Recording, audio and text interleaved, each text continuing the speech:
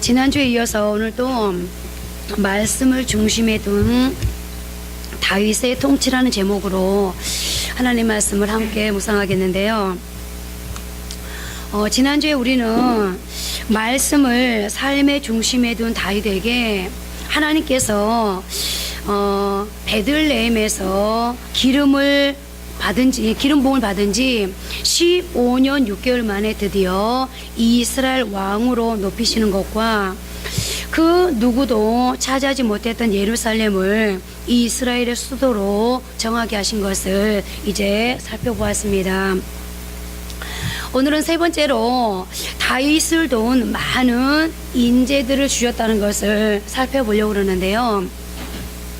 다윗에게는 헤만이나 아삽같이 찬양으로 다윗을 도와서 예배에 부흥을 일으켰던 사람도 있었지만 전쟁에 능한 용사들이 많이 있었습니다. 이들이 바로 다윗의 용사 30명이었는데요. 다윗의 용사들은 사울의 용사들과 중요한 차이가 있었습니다. 지난주에도 말씀을 드렸습니다만 사울의 용사들은 돈을 받고 전쟁을 하는 용병들이었기 때문에 돈을 받는 것이 목적이었을 뿐 신앙은 거의 기대할 수가 없었고, 결국 블레셋과의 전쟁에서 사울을 두고 달아나 버린 바람에 사울과 세 아들은 죽고 말았습니다. 그런데 다윗의 용사들은 다윗의 말씀을 듣고 은혜를 받은 사람들이었기 때문에 그들에게는 돈이 중요하지 않았습니다. 생명도 그다지 중요하지 않았습니다. 한마디로 다윗의 용사들에게는 하나님의 은혜가 중요했고 하나님의 축복이 중요했습니다. 무엇보다 그들은 하나님의 축복이 다윗을 통해서 온다는 것을 알고 있었고, 그러므로 그들은 목숨을 걸고 다윗을 지켰습니다. 그리고 바로 이러한 사실 때문에 다윗은 여러 번의 위기에서 목숨을 건질 수 있게 되었습니다. 그리고 오늘 성경은 그 유명한 용사 30명을 밝히고 있는 것인데요. 물론 오늘 본문에는 30명이 넘는 48명 정도의 이름이 기록이 되어 있습니다만 여기에는 이미 죽은 자들의 이름도 포함되어 있는 것입니다. 그러니까 오늘 성경은 우리에게 하나님께서는 결국 말씀을 붙드는 자에게 그에게 필요한 사람들까지도 붙여주신다는 것을 알려주고 있는 건데요. 오늘 본문 11절 12절입니다. 다윗에게 있는 용사의 수요가 이러하니라. 학몬 사람의 아들 야소부암은 30명의 우두머리라. 그가 창을 들어 한꺼번에 300명을 죽었고 그 다음은 아홉 사람 도도의 아들 엘르아살이니 세 용사 중 하나이라. 다윗의 용사 30명 중에 처음 3명의 용사들이 있었고 그중 우두머리가 야소부암이라는 사람인데 이 사람은 한꺼번에 300명의 사람을 쳐 죽일 정도로 전쟁에 능한 사람이었습니다. 또 엘르아살이라는 사람이 나오는데 이 사람은 밭에서 이스라엘 백성들이 도망을 칠 때 혼자 서서, 다시 말씀드리면 혼자 남아서 블레셋 사람들을 물리쳤고 또 보리밭을 지켜냈습니다. 그리고 본문에 이름이 빠져있는 삼마라는 사람은 녹두밭에서 블레셋 사람들을 막아서 전세를 역전시킨 사람이었습니다. 그런데 사실 이 세 사람들은 우리에게 생소하게 느껴질 수밖에 없습니다.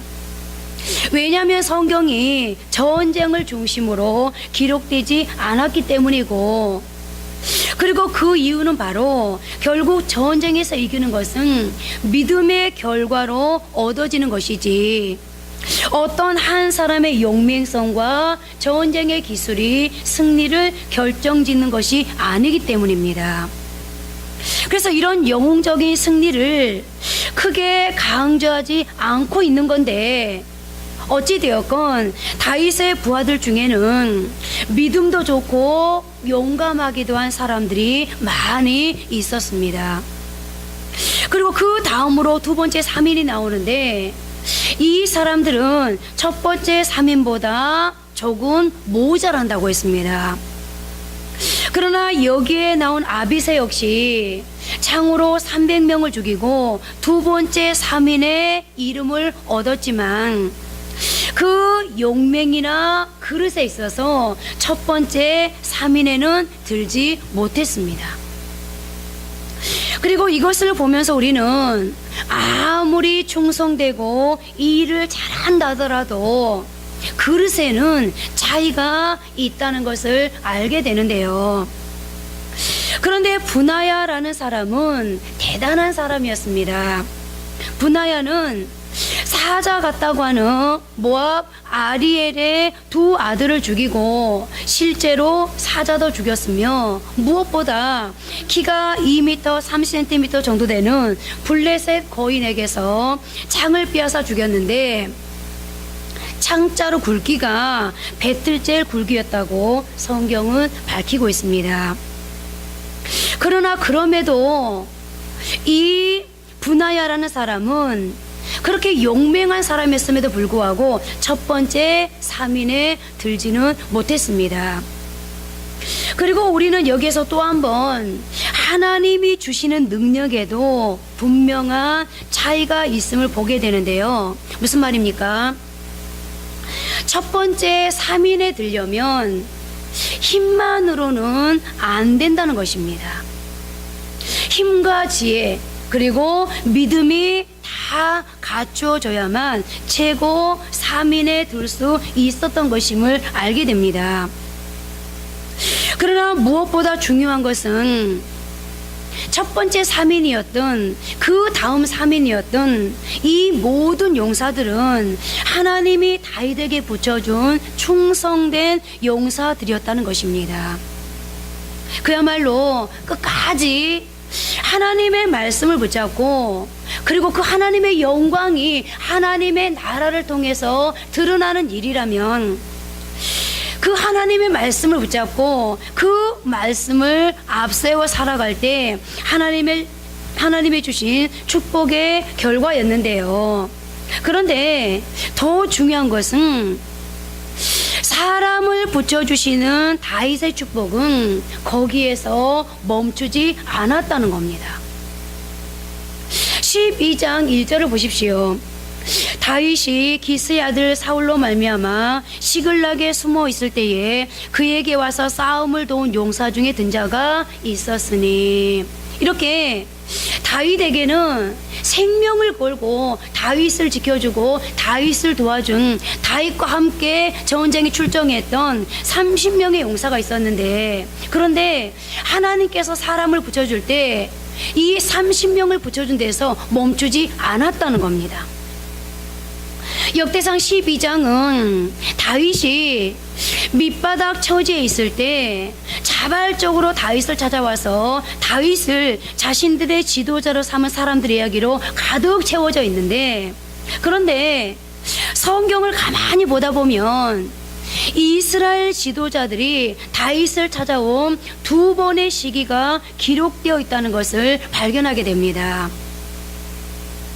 그 첫 번째는 다윗이 시글락에 숨어 있을 때이고, 또 한 번은 다윗이 헤브론에 있을 때입니다. 그리고 다윗이 시글락에 있었을 때는 여러분들도 잘 아는 것처럼 다윗이 사울을 피해서 블레셋의 망명에 있을 때였는데, 시글락이라는 성은 그때 블레셋 왕이 다윗에게 임시로 기거할 수 있도록 준 성이었습니다. 그러니까 어떻게 보면 다윗은 이제 이스라엘을 떠나서 블레셋에 신하게 된 사람이었고, 이스라엘 사람의 축에도 들지 못할 때였습니다. 그런데 그럼에도 불구하고 다윗은 지금 시글락에 피신해 있는 몸이고, 더더군다나 이제는 이스라엘인이라고 볼 수 없는 바로 그때에 이스라엘 백성들 중에는 사울의 인본주의적인 통치가 틀렸다고 느끼면서 현재로선 이스라엘 사람들에게 전혀 인정받지 못하고 심지어는 이스라엘 땅에 발도 붙이지 못하지만, 그러나 다윗이 진정한 믿음의 지도자라는 것을 믿게 된 또 다른 지도자들이 많이 생겨나게 되었다는 것입니다. 그 중에 가장 대단한 사람들이 베냐민 지파의 여러 지도자들이었습니다. 오늘 본문 12장 2절입니다. 그들은 활을 가지며 좌우 손을 놀려 물매도 던지며 화살도 쏘는 자요 베냐민 지파 사울의 동족인데 그 이름은 이러하니라. 여기 베냐민 지파였다, 그리고 사울의 동족이었다, 이 말이 참 중요한 말인데요. 이스라엘 사람들은 여러분도 아시다시피 부족의식이 굉장히 강한 사람들이었습니다. 그래서 성경을 보면 부족끼리 얼마나 잘 뭉치는지 몰라요. 특히 베냐민 지파 사람들은 사울이 베냐민 지파였기 때문에 다윗을 아주 싫어하고 원수같이 생각했습니다.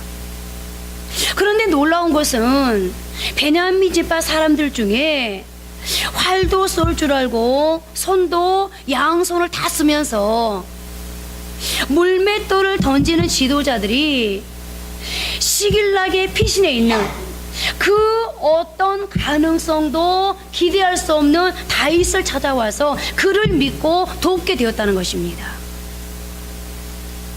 바로 이런 것이 이스라엘의 위대한 정신이었고, 그리고 우리가 주목해야 할 것은 성경이 베냐민 지파이면서도 왕과 동족인 베냐민 지파이면서도 베냐민 지파의 왕인 사울을 맹목적으로 따르지 않고 바른 하나님의 말씀을 따랐던 베냐민 사람, 그 베냐민 사람을 성경이 가장 먼저 기록하고 있다는 것입니다. 다시 말씀드리면 세상에 보이는 권력보다 보이지 않는 하나님의 말씀을 앞세워 결정하는 사람들을 오늘 성경은 앞세워 기록하며 그들을 높여주고 있다는 것인데요. 그래서 성경은 결코 우리가 어떤 신앙의 결정을 내릴 때 그것도 내가 이 신앙의 결정을 내림으로 인해서 무언가는 손해를 봐야 되고 어떤 부담감을 떠안아야 되는, 어쩌면 베냐민 지파 사람들이 같은 동족으로서 사울을 배신하고 다윗에게 붙었다는 것은 어쩌면 그들에게 어마어마한 위험 요소가 따라오는 것인지도 모릅니다. 그러나 그럼에도 불구하고 단지 하나님의 말씀 때문에, 하나님의 말씀이 없는 사울을 따르기보다 하나님의 말씀을 붙잡고 있는 다윗을 따르는 이 결정을 내렸을 때 성경은 그들에게 성경의 많은 지파들 중에 가장 앞세워서 성경에 기록해주는, 그러므로 그들에게 상급을 주는, 그래서 오늘 또 다른 교훈을 우리에게 주고 있는 것을 우리가 발견하게 되어지는데요. 어찌되었든 베냐민 지파 사람들은 이렇게 위험을 감수하고서라도 하나님의 말씀을 붙잡고 있는 다윗을 선택했을 때 하나님은 성경에 가장 앞서서 그들을 기록해 주므로 그들을 높여주고 있습니다. 그리고 다윗을 찾아온 사람들 중에는 그 다음에 기브온 사람들이 있었습니다. 기브온 족속들은 가나안 족속들인데 여호수아에게 항복을 해서 살았습니다. 그런데 이 사람들이 놀랍게도 진리에 대해 분별력을 가지고 실세인 사울을 따르지 않고 다윗을 따랐고, 그리고 12장 6절에 보면 고라 사람들이 나오는데 이 고라 자손들은 우리가 잘 아는 대로 모세를 대적했다가 큰 낭패를 본 사람들이었습니다. 그런데 그 후손들이 오늘 다윗을 찾아와서 끝까지 충성을 다하게 되었습니다. 그리고 그 다음으로 다윗을 찾아온 사람들 중에는 갓 사람들이 있었습니다. 12장 8절입니다. 갓 사람 중에서 광야에 있는 요새에 이르러 다윗에게 돌아온 자가 있었으니 다 용사요 싸움에 익숙하여 방패와 창을 능히 쓰는 자라. 그의 얼굴은 사자 같고 빠르기는 산의 사슴 같으니. 갓 사람들은 요단 동편 기름지고 풍요로운 땅에서 살던 사람들이었습니다. 그런데 그들도 하나님의 말씀이 없고 성령의 역사가 없으니까 갈급해서 견딜 수가 없었습니다. 그래서 그들은 그 기름진 땅을 포기하고 거칠고 딱딱한 시글락에 와서 도망자로 살고 있는 다윗을 도왔습니다. 그런데 이 갓지파 용사들은 오늘 성경이 밝히고 있는 것처럼 모두 전쟁을 잘하는 사람들이었고 용모도 사자 같고 산 사슴같이 빨랐다고 했습니다. 이 사람들은 다 재능이 있고 똑똑한 사람들로서 이 간 용사들이 얼마나 용감했는가 하면 요단강에 눈 녹는 물이 범람할 때 그들은 그 물을 건너가서 적을 물리치고 다윗을 도울 정도였습니다. 생명을 내걸면서까지 다윗을 도와준 사람들이었죠. 또 적지 않은 베냐민과 유다 사람들이 다윗을 찾아왔습니다. 그러나 그 중에서도 므낫세 지파 사람들은 대단한 사람들이었는데요. 이때 다윗은 시글락에서 블레셋 왕의 부름을 받아서 잘못하면 이스라엘을 치러 갈 판이었습니다. 좀 전에 말씀드렸죠. 이제는 더 이상 다윗이 이스라엘 사람은 아니었다고요. 그래서 블레셋에 지금 다윗은 도망자로 와 있었기 때문에 블레셋의 신하가 이미 되었기 때문에 블레셋이 요구하는 대로 그는 전쟁을 할 수밖에 없었습니다. 그런데 같은 이스라엘을 치는 다윗은 도저히 이스라엘의 왕이 될 자격이 없는 사람이었습니다. 그리고 그것을 므낫세 지파 사람들이 모를 리 없었습니다. 그런데 그럼에도 불구하고 므낫세 지파 사람들은 다윗이 이스라엘을 치기 위해서 시글락으로 갈 때에 다윗을 도와서 도둑대를 치는 것을 오늘 성경을 통해서 볼 수가 있습니다. 그리고 우리는 이것을 보면서 사람은 내가 무엇을 믿느냐, 내가 누구를 믿어주냐에 따라서 얼마든지 행동이 달라질 수 있다는 것을 알게 되는데요. 결국 다른 사람을 의심하기 시작하면 아무리 잘한다고 해도 의심이 되는 것이고, 믿게 되면 오늘 이 므낫세 지파 사람들처럼 이스라엘을 치러 간다는데도, 자기 동족인 이스라엘을 치러 간다는데도 믿고 따라가게 되는데, 그런데 하나님께서 다윗을 보셨는지 아니면 이 므낫세 지파 사람들을 보셨는지 어찌 되었든 간에 하나님께서 이 상황 속에 그리고 다윗을 간섭하셔서 다윗이 그리고 이 므낫세 지파 사람들이 이스라엘을 치지 않고 오히려 시글락을 공격했던 아말렉 사람들을 추격해서 붙들려 갔던 가족들을 도로 찾아오게 했습니다. 그러니까 오늘 다윗으로 하여금 이스라엘의 왕이 되는데 결격 사유가 되지 않도록, 결격 사유를 만들지 않도록 하나님께서 도와주시는 것을 오늘 본문을 통해서 우리는 또 한 번 보게 되는데요. 자, 이제 보십시오. 베냐민 사람들이 다윗에게로 와서 다윗을 돕습니다. 그 다음은 기브온 사람들이 찾아왔습니다. 그리고 그 다음에는 고라 자손들이, 그 다음에는 다 용사요, 싸움에 익숙하여 방패와 창을 잘 쓰는 갓 사람들이 찾아왔고, 그리고 그 다음에는 유다 사람들이, 그 다음에는 다윗을 철저하게 믿어준 므낫세 사람들이 찾아와서 다윗과 협력해 주었습니다. 그런데 그 중에서도 가장 가장 화끈하게 다윗을 도운 지파는 바로 스불론 지파였습니다. 오늘 12장 33절입니다. 스불론 중에서 모든 무기를 가지고 전열을 갖추고 두 마음을 품지 아니하고 능히 진영에 나가 싸움을 잘하는 자가 5만 명이요. 옛날에는 군인들이 직업 군인들이 아니었기 때문에 줄을 맞춰서 걷는 것이 쉽지 않았다고 합니다. 그런데 오늘 성경에서 말하고 있는 이 군인들이 군기를 잡고 항호를 맞춘다는 것은 정식 훈련을 받은 사람들이었다는 것을 말하고 있는 것입니다. 특히 스불론 지파 사람들은 오늘 성경이 뭐라고 말하고 있습니까? 두 마음을 품지 않았다고 했습니다.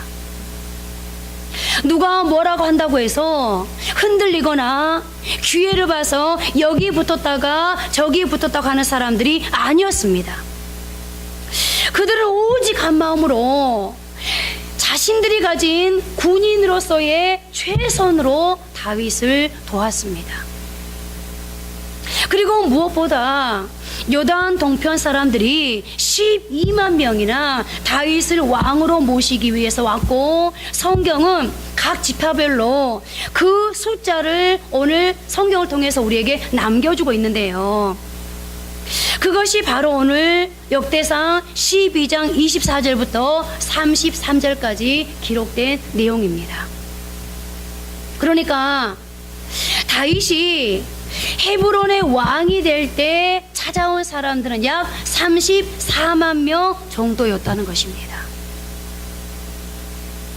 자, 그러면 여기까지 다윗이 시글락으로 피해서 신하로 있을 때도 그렇고 헤브론의 왕이 될 때도 그렇고 하나님께서 수많은 사람들을 붙여서 다윗을 축복하고 도와주셨습니다. 그야말로 다윗을 높은 곳에 세워주셨습니다. 그런데 문제는 이 많은 사람들을 어떻게 책임지느냐, 이제 그것이 다윗에게 남은 거예요. 생각해 보십시오. 약 34만 명, 그리고 그 이전에 다윗을 찾아왔던 400명, 30명의 용사들,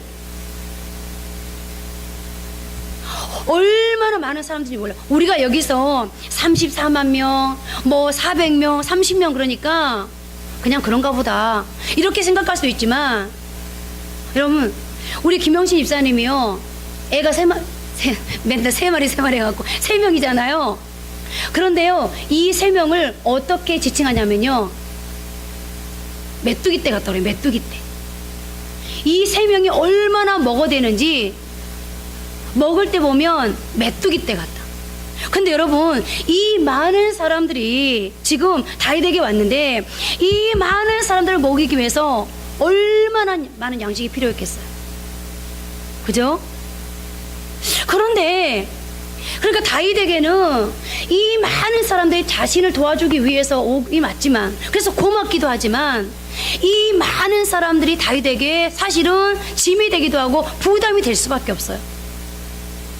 다윗이 풀어야 되는 절대적인 숙제인 겁니다.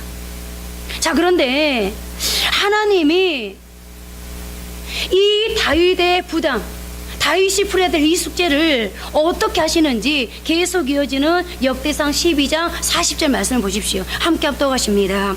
또 그들의 근처에 있는 자로부터 이사갈과 스불론과 납달리까지도 나귀와 낙타와 노새와 소에다 음식을 많이 실어왔으니 고운 밀가루 가져와 무화과 가져와 건포도와 포도주와 기름이요 소와 양도 많이 가져왔으니 이는 이스라엘 가운데에 기쁨이 있음이었더라. 아멘. 자, 조금 전 우리가 말씀드렸던 베냐민 지파부터 스불론 지파까지 그들만 다윗을 도운 게 아니었습니다. 오늘 하나님께서 이 많은 사람들의 식량 문제를 어떻게 해결하셨죠? 아니, 다윗이 해결할 수 없는, 그러나 반드시 해결해야만 하는, 다윗의 이 절대적인 부담감을 어떻게 해결해 주셨죠?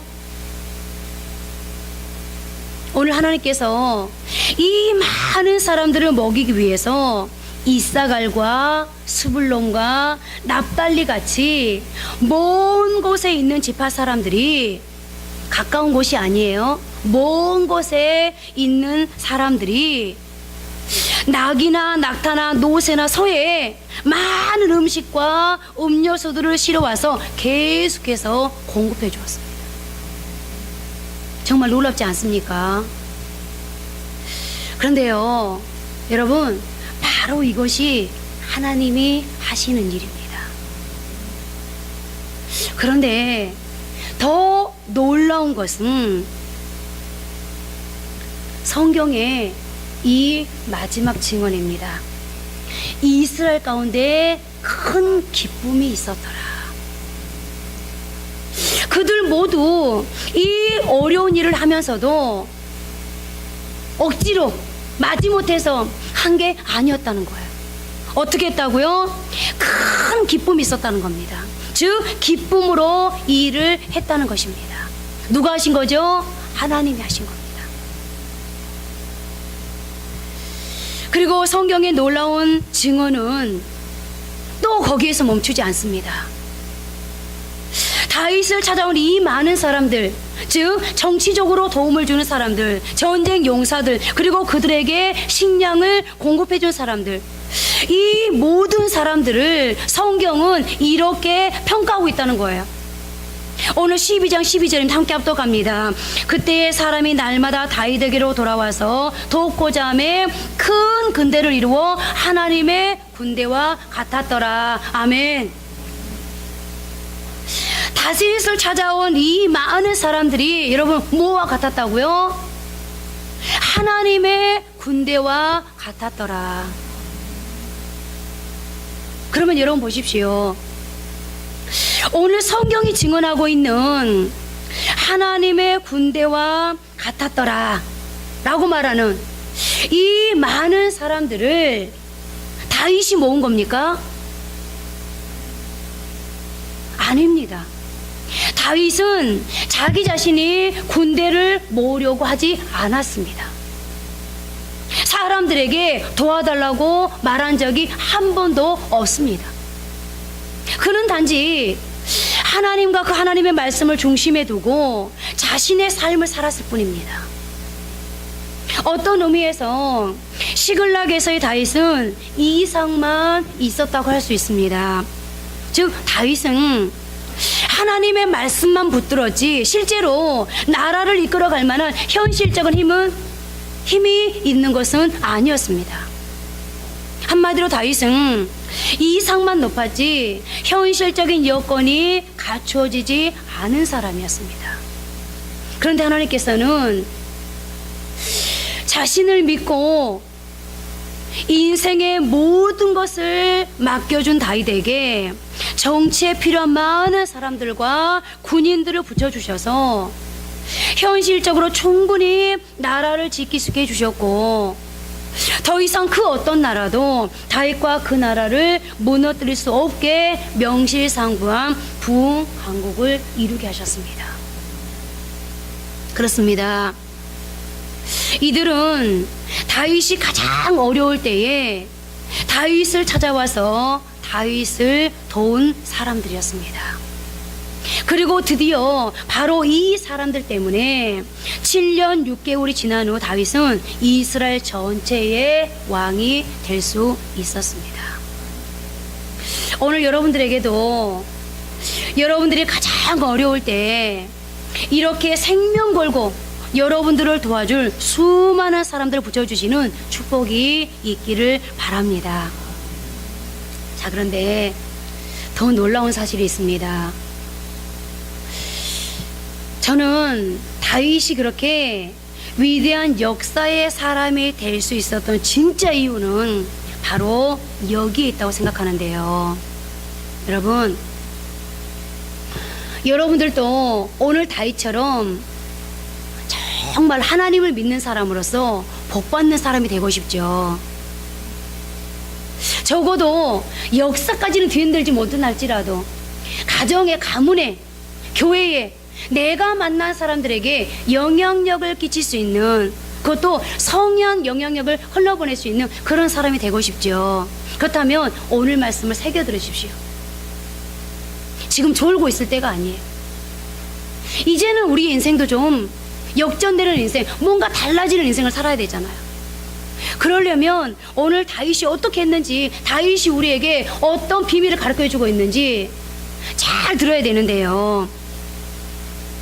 오늘 말씀을 중심에 두고 살았던 그에게 하나님이 어떤 축복을 주셨습니까? 자, 세 가지 축복을 주셨죠. 어떤 축복을 주셨죠? 어떤 축복을 주셨어요? 다 잊어버렸어요? 이스라엘의 왕이 되는 명예, 즉 그를 높여주셨고, 그 누구도 생각지도 정복하지도 못했던 예루살렘을 이스라엘의 수도로 정하게 하셨고, 거기에 수많은 사람들을 붙여주는 놀라운 축복을 허락하셨습니다. 사실 이런 축복을 받고 사는 것도 쉽지 않습니다. 그리고 다윗의 입장에서 하나님의 말씀을 중심에 두고 사는 중에 이런 선한 결과를 이끌어낼 수 있었다면 충분히 그는 성공한 인생이었고, 그러므로 거기에 만족할 수 있었습니다. 아니, 보통 사람 같으면 거기에서 안주해 버리기 쉽습니다. 사실 다윗의 그 어려운 고통의 세월에 여기까지 이만큼의 성공의 인생을 살아오기도 쉬운 일은 아니었습니다. 여러분들 그렇죠? 인생을 살다 보니까 알겠죠? 다윗이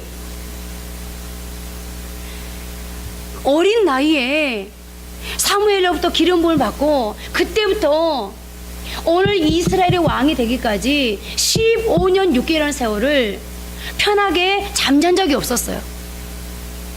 여러분들 15년 6개월이 아니라 15개월만 다윗과 같은 삶을 살아라 그래도 여러분들 죽겠네, 못 살겠네, 미치겠네, 돌아버리겠네, 하나님이 계시네 안 계시네, 하나님이 나를 사랑하네 안 사랑하네, 얼마나 많은 불평들이 있습니까? 얼마나 많이 절망합니까? 얼마나 많이 요동하고 흔들립니까? 그런데 다윗은 그런 인생을 살아왔고, 그럼에도 불구하고 이스라엘의 왕이 되고 이스라엘의 수도를 예루살렘으로 정하고, 수많은 사람들이 그런 다윗을, 도망자 신세였던 다윗을 찾아와서 다윗을 도와주게 되고, 그야말로 다윗으로 말미암아서 이스라엘은 부흥 강국이 되었습니다. 거기까지 오는 것도 쉽지 않습니다. 그리고 이 정도의 여건이라면 다윗은 이제 세상에 못할 것이 없습니다. 그런데 다윗은 거기에서 멈추지 않았습니다. 무엇보다 다윗은 자신이 왕이 된 것이 천의 요소인 예루살렘을 수도로 정한 그 지역적인 특수성이, 그리고 아무리 많은 군대가 있지라도 결국 진짜 부흥 강국은 하나님이 하신다는 것을 알고 있었습니다. 또한 그는 자신이 왕이라고 하는 것이 천의 요소인 예루살렘 성이, 그리고 자신을 도와서 전쟁에 능한 이 용사, 이 군대가 이스라엘을 하나로 만들어주지 못한다는 것을 너무나도 잘 알고 있었습니다. 그래서 그는 왕이 되자마자 하나님, 그리고 하나님의 말씀을 이 모든 것의 중심에 놓기 위해서 하나님의 임재의 상징인 법궤를 예루살렘 성으로 옮겨오고자 시도합니다. 그리고 우리가 잘 아는 대로 3만의 군사를 동원해서 법궤를 옮겨오려 했지만 실패하고 말았습니다. 그러자 다윗은 거기에서도 멈추지 않고 3개월간 하나님의 말씀을 계속해서 요구합니다. 내가 어떻게 하면 실패하지 않고 하나님 앞에 죄짓지 않고 나를 드러내지 않고 하나님의 법궤를 무사히 예루살렘 성으로 옮겨올 수 있을까? 여러분, 여러분의 인생에 하나님의 축복을 받기 위해서 적어도 내 인생 속에 내가 아니라 하나님이 일하시게 해드리기 위해서, 그러므로 내 인생이 하나님으로 말미암아서 복된 인생이 되기 위해서 여러분들 얼마만큼 성경을 연구하십니까? 다윗은요, 정치, 전쟁 다 밀어놓고요 3개월간 꼬박 하나님의 말씀을 연구합니다. 그러다가 다윗이 하나님의 법궤는 내가 1차에서 했던 것처럼 그렇게 옮겨면 안 되는구나, 사람이 수레로 끌고 오면 되는 게 아니었구나, 하나님이 지정한 하나님의 사람들이 법궤는 메고 오는 것이었구나 라고 깨닫게 됩니다. 그리고 그 하나님의 말씀대로 그대로 다윗이 하나님의 법궤를 모셔왔고 결국 예루살렘으로 법궤는 옮겨지게 됩니다. 자, 그러니 보십시오. 하나님의 법궤는 이제 어디에 있습니까? 예루살렘, 그야말로 이스라엘의 중심에 와 있습니다. 제가 예루살렘이 어디라고 그랬죠? 남과 북을 연결하는 중심에 예루살렘이 있다고 그랬죠. 그러니까 법궤는 이제 이스라엘의 중심에 와 있는 거예요. 그리고 하나님이 통치하는 나라가 되었습니다. 무엇보다 중요한 것은 아무리 하나님의 법궤가 예루살렘 중심에 와 있다 할지라도 왕이, 여러분들 열왕기상하 역대상하를 보세요. 왕들의 이야기가 기록되어 있는데 하나님의 말씀을 아무리 법궤가 이스라엘 나라 중심에 있다 할지라도 그 하나님의 말씀이 통치하지 않게끔 자기 마음대로 정치할 때 이스라엘이 망해갔었잖아요. 그런데 이제 하나님의 법궤가 그야말로 예루살렘 중심에 왔어요. 그리고 다윗이 통치하는 나라가 아니라 하나님의 말씀이 통치하는 나라가 되었어요. 그리고 그 하나님의 뜻에 따라서 통치하는 왕 다윗이 있습니다. 다윗을 믿고 생명을 걸고 돕는 수많은 사람들이 있습니다. 그러니 그 나라가 어찌 강국이 되지 않을 수 있겠습니까? 백성이 어찌 평안하지 않을 수 있겠습니까? 어찌 하나님의 영광이 드러나지 않을 수 있겠습니까? 여러분, 그러면 이제 답이 나오죠. 여러분들이 뭐라고 해도요, 여러분들의 삶 속에서 하나님의 말씀이 여러분들의 삶의 중심에 있지 않으면, 또한 아무리 여러분들이 하나님의 말씀이 내 삶의 중심에 있습니다 라고 고백한다 할지라도 그 말씀에 의해서 여러분들의 삶이 경영되고 운영되지 않으면 결코 우리는 오늘 다를 것 같은 복은 누릴 수 없다는 겁니다. 이제 말씀을 맺겠습니다. 여러분, 꿈을 이루고 싶습니까? 그 누구도 정복할 수 없었던 그 무언가를 정복하고 다스리는 인생이고 싶습니까? 그 누구도 무너뜨릴 수 없는 여러분만의 특수성, 천혜의 요소를 갖고 싶습니까? 여러분의 인생에 생명 걸고 여러분의 삶을 함께 해줄 사람이 필요하십니까? 그러나 꿈을 이루었다고 하고 그 누구도 따라올 수 없는 나만의 특수성을 가지고 있고 내 옆에 오직 내 편인 사람이 있다고 내 인생이 반드시 성공하는 것은 아닙니다. 내가 이미 그런 조건들을 가지고 있다면 그것들을 지켜줄 수 있는 힘이 필요합니다. 그리고 그 힘은 오직 하나님만이 가지고 계십니다. 오직 말씀만이 나의 가진 이 모든 것을 지킬 수 있는 능력과 지혜의 공급원입니다. 오늘 다윗은 왕이라는 것이, 천혜의 요소가, 군대가 이스라엘을 하나로 만들어주지 않는다는 것을 알고 있었습니다. 그래서 그는 이스라엘을 하나로 융합시켜줄 하나님의 언약궤를 예루살렘으로 옮겨오고자 했습니다. 오늘 여러분들의 삶의 현장에, 가정에 하나가 되지 못하는 그 무언가가 있습니까? 우리 가정은 사랑하지 않는 것은 아닌데, 말이 안 통하는 건 아닌데,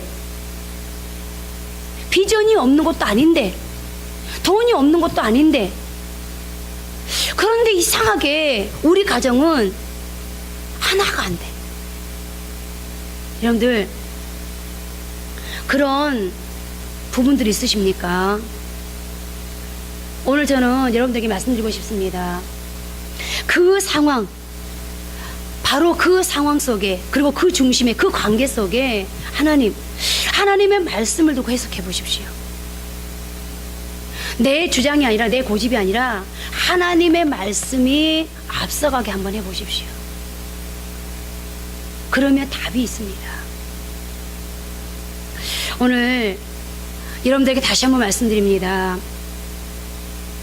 오직 하나님의 말씀이 답이라는 것을 다윗은 알았기 때문에 그는 왕이 되기 전에도 그 어려운 인생의 절체절명의 상황을 살아가면서도 말씀을 놓지 않았습니다. 그리고 이 말씀의 능력이 얼마나 큰 것을 다윗이 알았기 때문에 자신을 찾아온 사람들에게 양식을 주려고 한 게 아니라 말씀을 주었습니다. 그리고 그는 왕이 되었을 때에도 수많은 사람들이 자신을 인정해 주지 않고, 얼마나 많은 사람들이 다윗에게 찾아와서 정치는 이렇게 됩니다, 군사는 이렇게 다스려야 됩니다, 얼마나 많은 말을 했겠습니까? 그럼에도 그는 거기에 요동하지 않고 오직 하나님의 말씀을 앞세우면서 살았습니다. 하나님이 가라면 가고 하나님 멈추라면 멈췄습니다. 사람들이 비웃습니다. 그러나 아랑곳하지 않았습니다. 끝까지 자신의 그 원칙, 하나님의 말씀을 중심에 삼겠다, 하나님의 말씀을 앞서가게 하겠다, 이 원칙을 그가 지켰을 때 결국 그는 이스라엘의 왕이 되었고, 그리고 예루살렘을 수도로 정할 수 있었으며 수많은 사람들이 다윗을 도와주었고 결국은 그 나라가 부흥 강국이 될 수 있었습니다. 오늘 여러분, 이제 다시 한번 여러분들의 마음을 한번 이렇게 들여다보십시오. 여러분들의 삶을 한번 들여다보십시오. 얼마나 하나님의 말씀이 중심에 와 있는지, 나는 하나님의 말씀에 의해서 어떤 결정을 하고 있는지. 오늘 다윗의 이 신앙이 저와 여러분들의 신앙 되어짐을 통해서 우리도 오늘 다윗과 같은 그런 큰 복을 누릴 수 있는 복된 사람들이 되어지기를, 그야말로 역사의 사람들이 되어지기를 주님의 이름으로 축복합니다. 이제 한번 기도하겠습니다. 아마 여러분들은 예수님을 믿으면서 그저 그렇게 살고 싶지는 않을 겁니다. 적어도 나는 축복의 사람이 되고 싶어, 적어도 나는 역사의 사람이 되고 싶어. 특히 젊은이들, 여러분들이 삶의 목표를 설정하고 왜 대학을 다니고 좋은 직장을 가려고 하고 행복한 결혼을 하려고 합니까? 역사의 사람이 되겠다는 거잖아요. 그런데 역사의 사람이 되기 위해서 어떻게 하셨습니까? 오직 공부하는 데만 집중하셨습니까? 오직 좋은 조건을 가진 남자친구, 좋은 조건을 가진 여자친구 구했습니까? 아니면 물질만, 명예만 구했습니까? 그러나 이 모든 것은 하나님으로부터 온다는 겁니다. 오늘 다시 한번, 하나님, 이제 다시 한번 내가 하나님의 말씀을 제 삶의 중심에 두겠습니다. 하나님의 말씀대로 결정하는 연습을 하겠습니다. 하나님의 말씀을 앞세우는 그런 경건의 훈련을 계속해서 하겠습니다. 실패할지라도 다시 또 한 번 하나님의 말씀으로 갈 수 있는 용기와 결단을 저에게 허락해 주십시오. 한번 기도하십니다. 하나님, 감사합니다. 오늘 하나님께서 아버지 하나님, 우리에게 귀한 말씀을 통하여서 또 아버지 하나님, 우리를 아버지 하나님 교훈해 주십니다. 아버지 하나님, 우리에게 하나님께서 갈 길을 제시해 주십니다. 어떻게 하는 사람이 복 받는 사람인지, 오늘 그것처럼 어떻게 해야 정말 아버지 우리의 땅에서 진정한 아버지 하나님 이제 복의 근원되는 삶을 살 수 있는지, 오늘 아버지 하나님 말씀을 통하여서 우리에게 아버지 하나님 가르쳐주고 있습니다. 오늘 다윗은 하나님의 말씀을 중심에 둔 사람이었습니다. 그래서 아버지 하나님,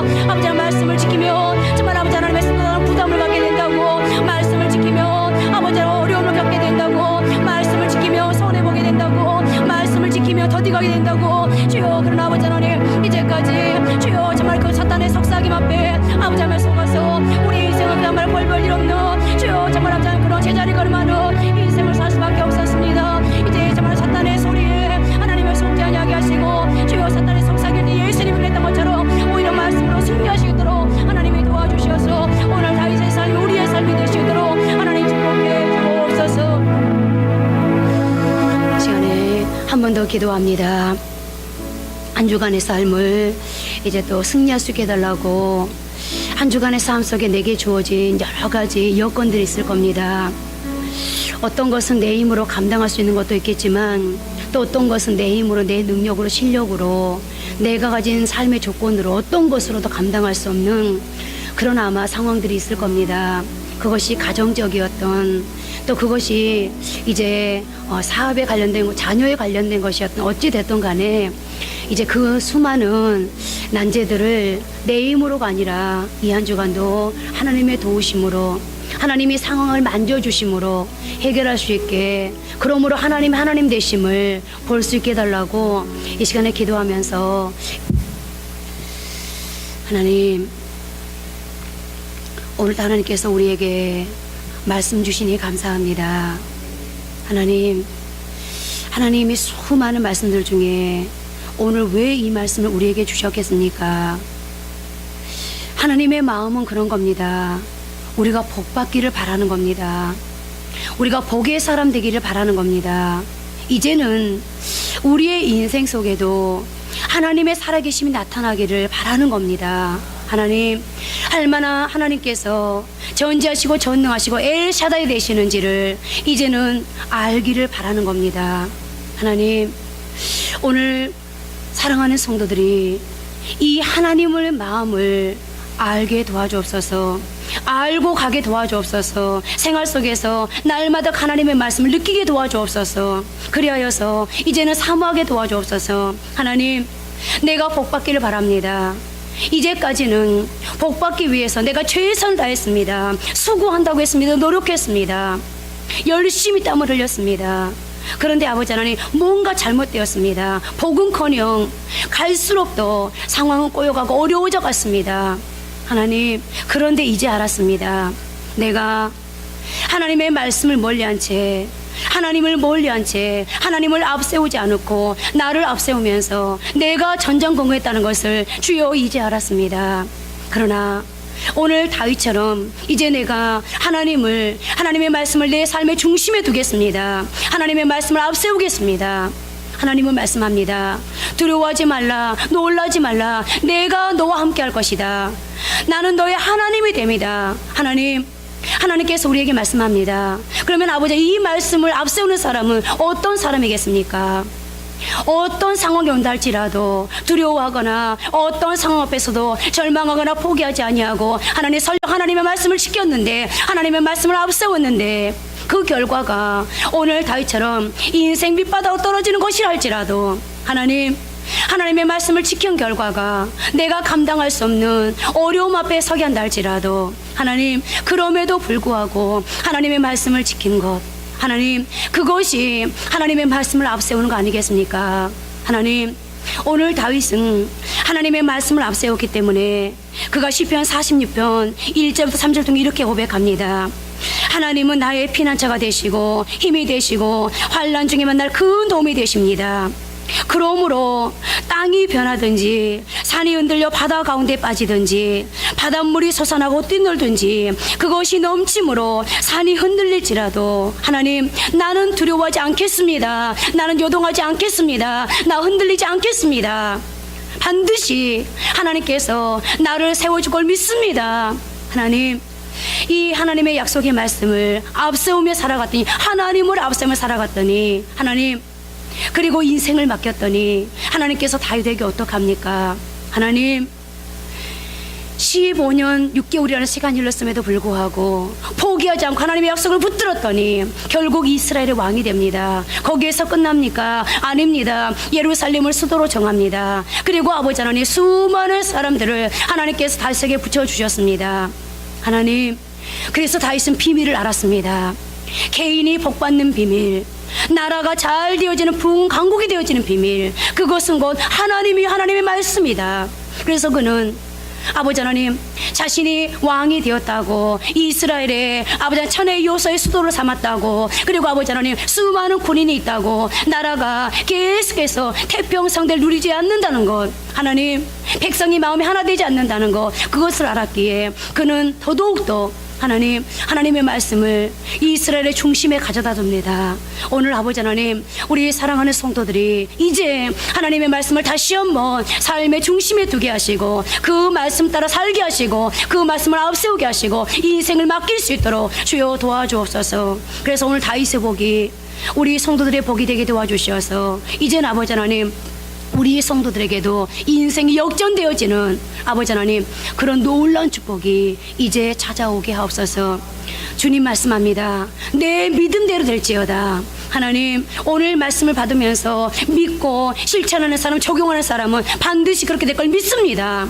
하나님 이제 말씀을 듣는 데서, 아버지 하나님 깨닫는 데서, 은혜 받는 데서 하나님이여 그치지 않게 하시고 말씀을 적용하게 도와주셔서 내 믿음대로 될지어다, 이 말이 곧 나의 말 될 수 있도록 축복해 주옵소서. 하나님 오늘 사랑하는 성도들이 하나님 앞에 나와서 귀한 물질을 올려드립니다. 하나님 이제는 아버지 하나님의 교회도 그렇고 가정도 그렇고 사업장도 그렇고 우리 자녀들 인생도 그렇고 내 개인의 삶도 그렇고, 물질 때문에 이리 뛰고 저리 뛰고, 하나님 물질 때문에 마음 상하고, 물질 때문에 아버지 자존심 상하고, 물질 때문에 다른 사람들에게 폐를 끼치고, 물질 때문에 초라해지는 하나님 이제 그런 삶 벗어버리고 싶습니다. 하나님 성경이 우리에게 세상을 다스리고 정복하라고 천지를 만드시고 가장 먼저 말씀하지 않았습니까?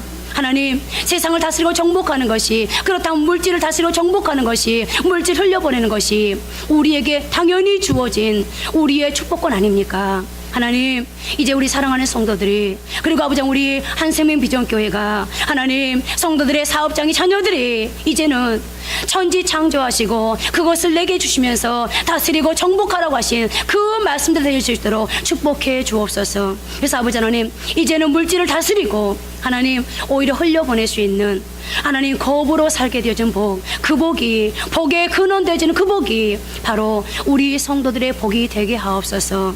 하나님 앞에 또 한 주간의 삶을 부탁드렸습니다. 하나님 우리 성도들은 어쩌면 한 주간에 이러이러한 일이 있을 거야 라고 예견하고 있는지도 모릅니다. 또 어떤 일들은 예견하지 않았는데 아버지 복병처럼 우리에게 다가온 상황들도 있습니다. 하나님이 이스라엘 백성들에게 말씀합니다. 너희가 가나안을 안다고, 정보가 있다고, 너희가 가나안을 정복할 수 있느냐? 너희가 가나안을 모른다고 가나안을 정복할 수 없느냐? 너희가 하는 것이 아니라 내가 한다라고 말씀하셨습니다. 하나님 우리 성도들이 한 주간을 안다고 한 주간을 넉넉히 소화할 수 있습니까? 반대로 한 주간에 어떤 일이 있을지 모른다고 하나님 우리가 한 주간을 승리할 수 없는 것입니까? 하나님 우리의 삶의 순간순간은 오직 하나님의 손에 있는 걸 믿사오니 주여 우리 사랑하는 성도들이 이 한 주간 하나님 때문에, 하나님 아버지 그 능력 때문에 한 주간을 넉넉히 승리할 수 있도록, 그래서 아버지 하나님 매 순간 우리를 유혹하고 우리를 넘어뜨리고 잡아뜨리고 무너뜨리려고 하는 사탄의 기략을 완전히 지려 밟을 수 있도록 하나님 우리 가운데 은혜를 주옵소서, 지혜를 주옵소서, 아버지 하나님 명철함을 더하여 주옵소서, 분별할 수 있게 하옵소서.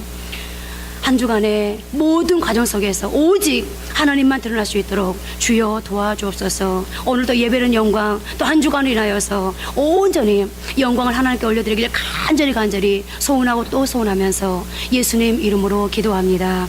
아멘.